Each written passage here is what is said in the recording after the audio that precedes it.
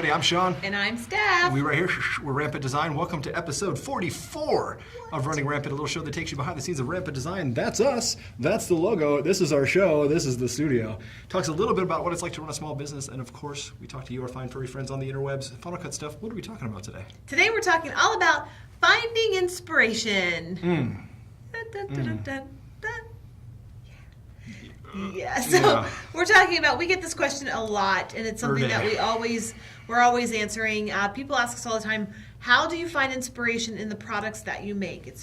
You guys have like a bajillion products and a bajillion different files and clips. How do you find inspiration to make that stuff? Well, I will let Sean talk first. Okay, well, a lot of it comes from my original designs. I have like this unicorn playbook. No, it's not a unicorn. It's just, I like to say that because, it's funny. I have a playbook. It's all up here.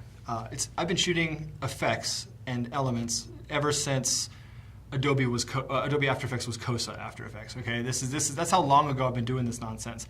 Way back in the day when I first started on TV shows, the only time you were going to get fire or embers or anything or flares or whatever, you had to shoot it. The software just couldn't do it. And what the software did do was caca. You always shot it, right? So I grew up into the industry being taken under the wing of all these people who are high-level compositors running Flames and Infernos and Henrys and Harrys, and they took me under their wing and they showed me the optical and digital way of doing things. Like, here's how we shot it, here's how we digitally do it. So that's where I started this thing from. It also comes from just seeing things and how things interact in the world. Like, I'm always looking for cool ways of transitioning. We're always looking for weird ways of doing stuff. So like, for example, if you take a look at our Glitch Essentials or our distortion toolkit, it doesn't look like the glitch and distortion that anybody else has, right? Well, that's because, number one, it's my style, and number two, I do things differently. I destroyed elements and things in video, and then destroyed the way we recorded that video, and then destroyed that video again, and that's how you have, this is a very dumbing down of what we do, but the thing is I just keep melting this stuff until it's the way I want it to be, right? And that comes with screwing with cables and interrupting electrical feeds and introducing electrical feeds and things like that. So I have a playbook that I draw from quite a bit. I also see life as an inspiration. Like, I'll see some kind of weird thing that happens with a reflection off of water, and I go, oh, and I'll record it with my iPhone and be like, Steph, if I shot this and I did that thing and I turned it into this thing, and she's like, okay, cool, that's weird. We're just walking in a park right now, but okay, Sean, way to turn it off, right? Doesn't happen that way.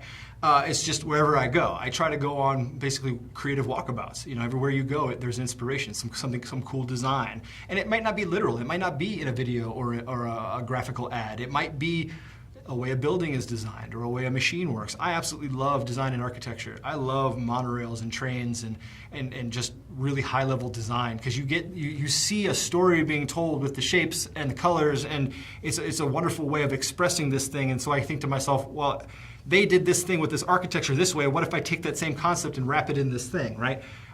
You start experimenting. A lot of this, what we do is research and development. I have all these crazy ideas, and I've got this crazy person whiteboard that it looks like a crazy person made. All I need is those strings pointing to some picture of some dude, and I'm in trouble. But it's just all these weird ideas, and you walk in, and it's just all these weird scribbles, like, if I do this, and I do this as TrackMan, let's see what happens. And Stephanie's like, yeah, okay, take a big step back there, crazy person. But that's exactly what it is. And then on top of that, with all of that being done, I've also got friends who write me up and say, dude, can you please just make this thing? I'm so sick of this thing not working, or the only thing that I can do is this thing, and I don't like this other thing over here, so can you make me a thing that does this?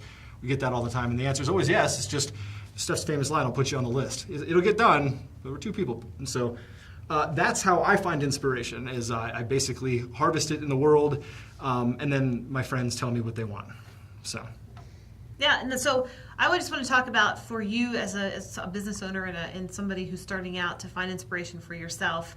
Just like what Sean was saying, is he finds inspiration in the environments and nature and buildings and trains and architecture and all that stuff. Find your inspiration that ever makes you happy and incorporate that somehow into your company, whether it's your design of your website or your design of something. All of that can be part of your inspiration. It can be part of your story and where your company comes from. And all of that comes together and makes your customer, happy and trust you, and then they will buy more products. So as far as it goes for company-wise, find an inspiration that you I don't know, that makes you happy, that makes you inspired, that makes you feel, oh wow, I could be more creative here, I could be more successful if I did use this, or whatever it is. And that can be people as well. If you have people in your life that inspire you to, it is okay to mimic people. It's okay to do that as long as you don't plagiarize, don't copy, don't plagiarize. But really, if you look at everything in this world, nothing's new. Everything's already been done before. Yeah, some things are, or most things are derivative, but just put your own spin on it. Put your own spin on it. If someone if you make tires or guitar, let's say guitars, let's say you're a guitar maker and you're watching some huge guitar maker, right? And that's who inspires you. That's great. Just don't try to make their guitar. Right. Make your own guitar. Right. And that way, not only are you just honest and you put your hard work and sweat into a thing, you're not just copying for the sake of copying. I recommend anyone who gets into business to actually understand what it is that they're making and why that they're making it. There's not an element in our library that I haven't used and put to use to, otherwise it won't get used, right? Yeah. This is basically a library built for me and anybody who's like me who can benefit from it, right? So if I don't find it useful, it doesn't make it in. So find that, take pride in what you're making. Don't just regurgitate because you perceive something to be selling, so I'm just going to make this thing. I don't care what it is. I'm leaving money on the table. Don't say stuff like that. Yep. Do your own thing. Put your own spin on it, right? Like there's a million places you can get lens flares in the world, right? But for whatever reason, ours fly off the shelf. Why? I like to think of it because I put my blood, sweat, and tears into the thing. But the reality is that I've spent just an ignorant amount of time experimenting with all kinds of different glass, giving you just a really weird, stylistic, different package than everybody else. Because until something changes at Rampant, 99% of the stuff, 95% of the stuff that's made is my design style. It's how I perceive the universe, right? So the flares are Sean flares. So we might as well call them Sean's Flares Volume 1, Sean's Flares Volume 2, right? So you got to find inspiration. So maybe just find the joy in the process of what you're doing. Seth really taught me that. And I think back, there's a lot of times when my favorite, most happiest times, my joyous times at Rampant is when I'm building something, when I'm creating something and there's no rules. It's not following some kind of deliverable format or some kind of thing where it has to meet a target number or blah, blah, blah. No, this is the purest form of what we're doing. This is like, I'm experimenting. And if I take this thing and I use this thing and I'm like, oh yeah, or no, that's caca. Don't even record it. Format the card now. Don't let the universe ever see that again. That's the best part, is when you really get nitty gritty. You grab your red and you grab your glass and you just start experimenting, right? That's what it's all about. And if you're buying from anybody who doesn't get even half as passionate as I am about what they're doing, just back off, man. Just don't even patronize them. Don't even send them your dollar. You want someone who's like, yeah, I could totally make flares for people. Let me make you my flares. And you know what? You can say my flares suck all you want. They've been all over broadcast TV all this week in so many different networks. So the point is, take pride in what you do and draw from other inspiration, but make it your own, right? Like if you're a cook, look at Gordon Ramsay. Watch what he does. Just don't make Gordon Ramsay's meals. Make your own meals, inspired by Gordon Ramsay. Yep. You know what I'm saying? So just, there's nothing wrong, I guess, with looking at somebody else and drawing inspiration from them. If you're learning by doing, there's nothing wrong with that whatsoever. If you're ripping people off, well, that's a whole nother problem, and that's really not what you need to be getting into. So when it comes for inspiration, draw your inspiration from whatever works for you, whatever motivates you, but do it in such a fashion that it's not completely derivative and it's still your own thing, right? That's right. If you make pizzas for a living, make your own pizza, but make it your pizza. That's right. Yeah, find inspiration that makes you different, makes your products different, makes your company different, and you will succeed. Yeah, or even if you don't, who cares? You had fun making it, right? Make stuff for you. Make stuff for people who want it. If you've got one fan, make it for that one fan, and then things will just happen naturally. You'll naturally progress, right? I like pizza. You can make it for me. That's true. She does love herself some pizza. Anyway, that being said, so how do you find inspiration? Where do you draw from? I like finding things from really unusual sources and translating them into my universe. That's just part of what makes me happy. I love to experiment. Maybe that's not for you. What do you like to do? How do you find inspiration? Or maybe you can't find inspiration and you're like, Balderdash, this episode is complete malarkey. Didn't help me one bit. Screw you guys. I'm going home. Okay.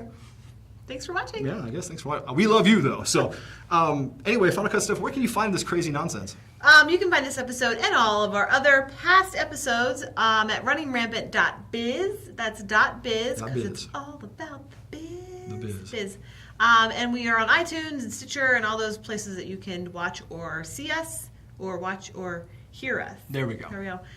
Yeah, check us out, and definitely give us a subscribe now so you don't miss the next Running Rampant. That's true. Or any of our other content. Or our other stuff. And like right now, share with your friends, share with business people, share with people who want to start a business, who are thinking about starting a business, or thinking they're running a business right now. They're running a business, yeah. So we're sharing what we do deal with every day, and it's not right, it's not wrong, it's just what we deal with. So you know we're what? just happy to share. I'll end the inspiration thing with this. People ask us, why is it that you do this show? We get told all the time, there's no way I would be this raw or this honest with anybody, let alone my customers. And that's fine. You don't have to, right? This is the process. Right here is where we are in time, right? So when we release an episode, you're pretty close to real time of what's happening in our universe, what's happening to us personally, what's happening to our company, right? So we are just all about sharing and giving you access to the good, the bad, and the ugly that is the running a business. When we started, this doesn't exist. That nobody else helped us. As a matter of fact, for the longest time, people would not return our calls or emails because they for whatever reason didn't want us to gain some knowledge or whatever. We're not about that. We're about sharing everything. We're on our path. You can't alter our path, but you can alter yours. And so we're just trying to share as much as we can. And so maybe that will inspire you a little bit. Just be honest and share. We love each and every one of you, and that's why we do this. So obviously this show doesn't make money or anything. It's not like we have 25 million viewers or whatever. We're not sponsored by anyone. So this is just us talking, being real, and letting you know that it's okay to struggle. For the most part, if you're watching somebody's Instagram feed or Facebook feed and it looks like they do nothing but hit home runs all the time, they're straight up lying to you. It's okay. You're not alone. We're not lying to you. It's not all home runs. So we love each and every one of you. Thank you so much for watching. Your time is your most valuable asset, and we love you for sharing your time with us. Once again, I'm Sean. I'm Steph. We're Rampant Design. This is Running Rampant. Thank you for watching, and we'll catch you all later. Bye.